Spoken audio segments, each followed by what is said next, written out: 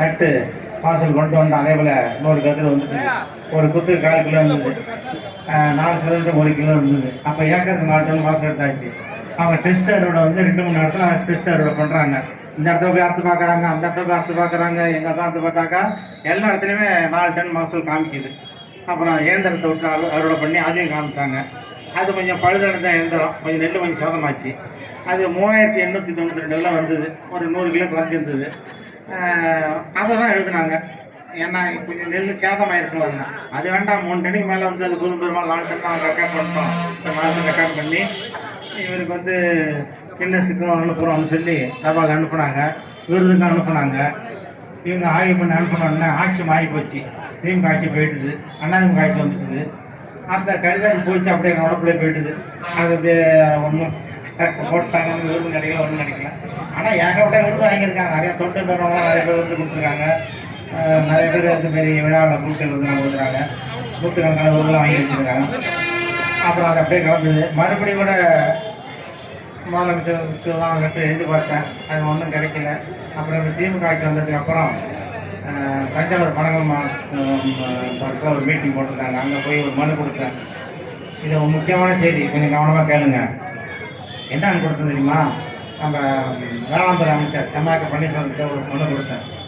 ஐயா, நான் வந்து 1/4 கிலோ நட்டு ஒரு சாதனை பண்ணியிருக்கேன்.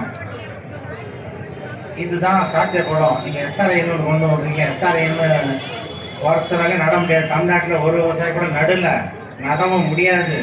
என்னுடைய சாகுபடி முறை தான் சிறந்தது. இதை தான் மொத்தநாட்டில் நட முடியும். அதனால் இதுக்கு ஒரு பேரை வச்சு நீங்கள் அதை வெளியிடணும். என் பேரோட வைக்க வேண்டாம், டாக்டர் கலைஞர் ஐயான்னு பேரை வச்சு நீங்கள் வெளியிடுங்க அப்படின்னு அந்த தபால் எழுதி, ஒரு விவசாயியோட தமிழ்நாட்டில் எஸ்ஆர்ஐ நடவும் முடியாது. அதனால் எஸ்ஆர்ஐ நட்டு தான் நீங்கள் பரிசு 10 வருஷமாக கொடுத்துட்டு வரீங்க ஒவ்வொரு விவசாயிக்கும். விவசாயிக்கு விருது கொடுக்கத்தான் நான் மறுக்கல, வாங்கிட்டு போட்டோம். ஆனால் எஸ்ஆர்ஐன்னு சொல்லி இங்கே விருது கொடுக்குறது தப்பு. எஸ்ஆர்ஐ ஒரு விவசாயம் நட முடியாது. ஒரு வேண்டியப்பட்ட விவசாயிக்கு கொடுத்து வேணா விருது கொடுக்கலாம். எஸ்ஆர்ஐ தான் நீங்கள் விளைச்சல் போட்டி எங்கே நடத்துறீங்க? இப்போ நீங்களே தெரிஞ்சிங்க. ஒரு போட்டின்னா கிரிக்கெட் ஆடுறாங்க, பல பேர் டிக்கெட் எடுத்துகிட்டு போய் பார்க்குறாங்க. டிக்கெட் எடுக்க முடியாது, டிவியில் பார்க்குறாங்க. டிவிலையும் பார்க்க முடியாதுங்க, பேப்பரில் பார்க்குறாங்க. நம்ம ஊர்லேயே ஒரு விளைச்சல் போகுது, ஒரு விளையாட்டு போட்டு நடிக்குது, சுற்றி ஒரு 100 பேர் பார்க்குறாங்க, ஒரு 1000 பேர் பார்க்குறாங்க. இப்போ மாடுபடி நடக்குது மதுரையில், நிறைய பேர் நேரடியாக போய் பார்க்குறாங்க, இல்லை டிவியில் பார்க்குறாங்க, எல்லாம் பார்க்குறாங்க. விளைச்சல் போட்டி யாராவது பார்த்துருக்கீங்களா? சேர்த்து விட்டுங்க. விளைச்சல் போட்டி எங்கேயாவது பார்த்துருக்கீங்களா? ஒவ்வொரு வருஷமும் விளைச்சல் போட்டி நடந்துக்கிட்டு பரிசு கொடுத்துட்ருக்காங்க. பேப்பரில் தான் பார்ப்பீங்க, டிவியில் பார்ப்பீங்க. அவர் இப்போ விளைச்சல் போட்டி ஜெயிச்சிருக்காரு, அவருக்கு 5 லட்ச ரூபா பரிசு, தங்க பதக்கம் கொடுக்குறோம் அப்படின்னு பேப்பரில் வரும், டிவியில் பார்ப்பீங்க. யாராவது விளைச்சல் போட்டி பார்த்துருக்கீங்களா? சொல்லுங்கள். அது என்ன போட்டி? அப்புறம் விளைச்சல் போட்டி எப்படி நடத்தணும்? எல்லா விவசாயியும் கூப்பிடணும், மாவட்டத்துக்கு 100 ரூபா கூப்பிடணும். ஒரு மாவட்டத்தில் எத்தனை விவசாயி விளைச்சல் போட்டியில் பணம் கட்டியிருக்காங்க? இந்த ஊரில் எத்தனை விவசாயி பணம் கட்டியிருக்காங்க? இந்த ஊரில் விருத்தாங்குளத்தில் எத்தனை விவசாயி பணம் கட்டியிருக்காங்க? விருத்தாங்குளத்தில் அறுவடை பண்ணவங்கள இந்த விவசாயி எத்தனை கிலோ அறுவடை பண்ணியிருக்காரு? அந்த மயிலாடுதுறையில் அந்த விவசாயி எத்தனை கிலோ அறுவடை பண்ணியிருக்காரு? மதுரையில் அந்த விவசாயி எத்தனை கிலோ அறுவடை பண்ணியிருக்காரு? கடலூரில் எத்தனை பேர்? அதே போல் ஒவ்வொரு ஊர்லேயும் கணக்கு எடுக்கணும். அதை தாண்டி மதுரையில் ஒரு இல்லை கோயம்புத்தூரில் ஒரு விவசாயி பரிசு வாங்குறாருனாக்கா அவர் எத்தனை கிலோவில் பரிசு வாங்குறாரு? கணக்கு எடுக்கணுமா வேண்டாமா? விருத்தாங்குளத்தில் ஒரு 2500 கிலோ எடுத்திருக்காரு, சிதம்பரத்தில் 2700 கிலோ எடுத்திருக்காரு, கடலூரில் 3000 கிலோ எடுத்திருக்காரு. அப்போ இதை தாண்டி அவர் எடுத்திருக்காரு, அந்த பேர் வரணும்ல. அப்போ இதை தாண்டி அவர் இத்தனை கிலோ கூட எடுத்திருக்காரு. அப்போ கடலூரில் 3000 எடுத்திருக்கிற விவசாயிக்கு தான் பரிசு கொடுக்குறோம். அப்போ அவரோட கீழே வந்த விவசாயி யாருன்னு சொல்லணும்ல, அதெல்லாம் சொல்லலை. அந்த விவசாயி பரிசு வாங்கிறா, விளைச்சல் போட்டில் 100 மூட்டை எடுத்துட்டாரு பரிசு, அவ்வளோதான். இதான் விளைச்சல் போட்டி. இதை தான் நான் குறை சொன்னேன். அதனால் என் மனு தூக்கி உடம்புல போட்டுட்டாங்க. குறை சொன்னதுனால தூக்கி போட்டு ஒரு ஆய்வுக்காக ஒரு அதிகாரி வந்தாங்க. அந்த மனுக்கு விசாரணை பண்ணேன். அந்த எஸ்ஆர்ஐ பற்றி நான் குறை சொன்ன பாருங்க, எஸ்ஆர்ஐ அப்படியே தூக்கிட்டாங்க. இன்னை வரைக்கும் எஸ்ஆர்ஐ பற்றி பேசுகிறாங்களா யாராவது? இதை நான் மட்டும் குறை சொல்லி வச்சுக்க, இன்றைக்கும் எஸ்ஆர்ஐ தான் ஓடிட்டு இருக்கோம். எஸ்ஆர்ஐ வந்து 20 வருஷம் ஓட்டியிருக்காங்க. திமுக ஆட்சியிலையும் எஸ்ஆர்ஐ, அதிமுக ஆட்சியிலையும் எஸ்ஆர்ஐ.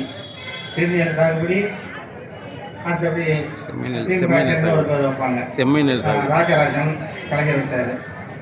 யாராவது பேர் தான் வச்சாங்க தவிர யாராவது ஒரு விவசாயம் செஞ்சாங்கன்னு சொல்லுங்க. இங்கே நீங்களாவது செஞ்சுருக்கீங்களா? எஸ்ஆர் யாராவது எடுத்துருக்கீங்களா? ஐயா அது மாதிரி தான் மதுரையில் நான் சொன்னேன். ஒரு ஆள் கை தூக்குனாரு, மாட்டிக்கிட்டாரு. எப்படி கேட்டீங்கன்னா கேளுங்க, ஒரு 14 நாற்றை எடுத்து ஒரு நாற்றை அவங்க நட முடியுமா? நட முடியாதுயா, நடத்துக்கு ஆளே கிடையாது. கேளுங்க, இந்த பிரச்சனை நீங்கள் தான் ஒரு ஆள் மதுரையில் கேட்டேன். எஸ்ஆர் கேட்டேன், யாராவது ஒரு கை தூக்குனாரு. கூப்பிட்டேன், மேடையை கூப்பிட்டேன்னா பெரிய கூட்டாங்க. அப்போ வந்து இந்த தமிழ் வந்து சார்பாக இந்து பேப்பர் சார்பாக கூட்டம் நடந்து நெல்சாராமையா வந்திருக்காங்க, நடிகர் ரேவதியா வந்திருக்காங்க. எல்லாரும் முன்னிலையும் கூப்பிட்டேன்னா வந்தார். நான் எஸ்ஆர் நட்டம் கை தூக்கினேன். எப்படியா நட்டம்? 14 நாற்றை ஒரு நாற்றை நட முடியாது. நான் எத்தனை நாள் வச்சு நட்டீங்க? நான் 25 நடுவாள் வச்சு நட்டோம்னா ஒரு நாற்றை நடந்து ஒரு ஏக்கர் 15 ஆள் தான் நடுவோம். இப்போ 25 ஆள் வச்சு நடக்கலாம், ஆள் செலவு நிறையா போகும். ஒரு நாற்று சின்ன நாற்றை எடுத்து 14 நாளில் வச்சு நட முடியாது. அப்படின்னு நட்டுட்டீங்க. ஒரு நாற்றுல எத்தனை தூர் வந்துன்னு கேட்டேன். எனக்கு 100 தூர் 120 தூர் வந்ததுன்னாரு. எங்கே நடு வயல் ஓரத்தில் தானே வந்து நடுப்புற வந்துதாங்கண்ணா, எங்கே வந்தாலும் வந்ததுன்னாரு. வராதிங்கய்யா, நான் 50 சென்டிமீட்டர் நடக்கலையே, எண்ணுதுலையே நடு வயலில் பார்த்தாக்கா 40 தூரம் 50 தூரம் உள்ள தூர்லாம் இருக்குது. 120 தூர்லாம் 22 சென்டிமீட்டரில் எப்பயும் வராது. இன்னைக்கு கூட இன்னும் வந்து சவால் விட்டு சொல்கிறேன், நீ 2 கிலோ விதை விட்டு 22 சென்டிமீட்டருக்கு ஒரு நாற்று வச்சு நடு, நான் 1/2 கிலோ விதை விட்டு அதுலேருந்து 1/4 கிலோ 50 சென்டிமீட்டர் நடுறேன், எதில் தூர் நிறையா வரும்னு பார்ப்போமா அப்படின்னு சவால் விட்டேன். அதுக்கே நெருஞ்சாங்க. அங்கே எதோட ஐயா போட்டிலாம் வேண்டாம், நீங்கள் உங்கள் தொழில்நுட்பத்தை மட்டும் சொல்லுங்கள். எஸ்ஆர்ஐலாம் அது சாத்தியப்படாது தெரியும், அவரோடலாம் எதுக்கு வாக்குவாதம் பண்ணிட்டு இருக்கீங்க அப்படின்னா, ஐயா நீங்கள்